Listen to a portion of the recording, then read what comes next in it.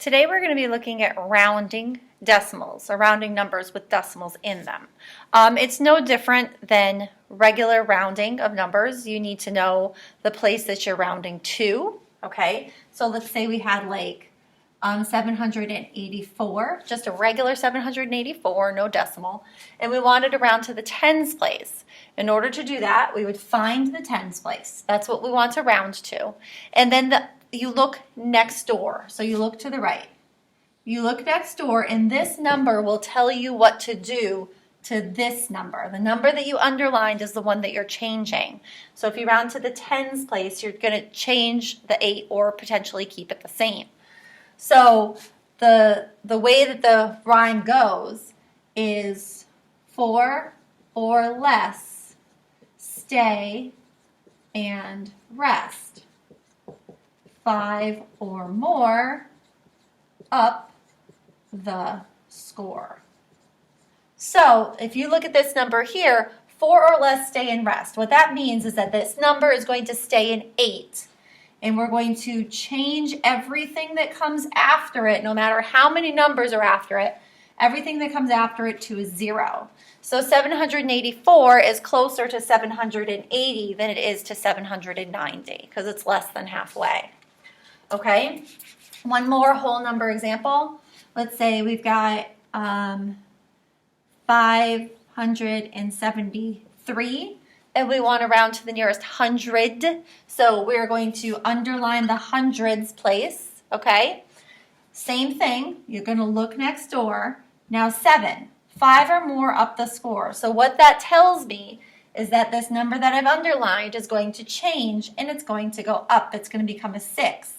And then everything after it is going to turn to zeros because 573 is closer to 600 than it is to 500.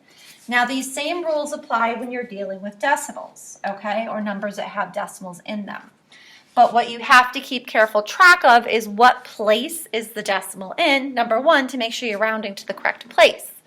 Okay, so let's say we have the number 2 and 48 hundredths. Okay, remember how you read this, 2 1, so you have 2, the decimal is and, 48, and you call it 48 hundredths because it ends in the hundredths place, okay?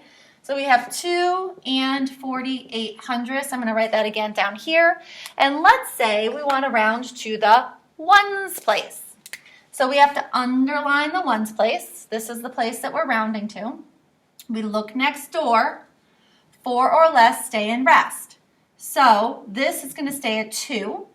And everything after the 2 is going to become zeros. So both of those numbers will become zeros. So 2 and 48 hundredths is closer to 2 than it is to 3, because 3 would be the next biggest whole number.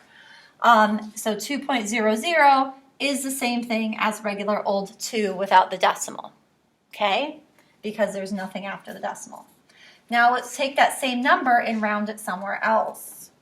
So let's take that same number, 2 and 48 hundredths, and round it to the tenths place. So, okay, the 4 is in the tenths place. So this is the number I'm going to potentially change. I'm going to look next door and I have an 8. According to this, 5 or more up the score. So this is the number I'm rounding to. So this is going to go up to a 5. And everything after it is going to go for a 0. So 2 and 48 hundredths is closer to 2 and 50 hundredths than it is to 2 and 40 hundredths. And the interesting thing about that is 2 and 50 hundredths is the same thing as saying 2 and 5 tenths. Okay, because they both have a 5 in the tenths place and nothing in the thousands place. And if you put 50 hundredths together, you would get 5 tenths if you go back to our place value charts. All right, so it's not terribly complicated. You just need to know the place that you're rounding to. One more, I think, that might be a little bit more complicated is let's say we had 2 and 497 thousandths. Some of you might already know where I'm going with this, okay? So 2 and 497 thousandths. And let's say we're going to round this number to the hundredths place. So the 9 is in the hundredths place, 2 places after the decimal. All right, I'm gonna underline the 9. I'm gonna look next door. The number next door is a 7. So my 9 has to go up 1. But wait a minute, I can't just jam a 10 in there. That's totally not gonna work. So I have made 10 hundredths, which is the same as 1/10. So I have to kind of do the same thing I'm doing with the adding. I put down the 0, I carry the 1 over here, and this is going to be bumped up to a 5, and everything after this number, like always, becomes a 0.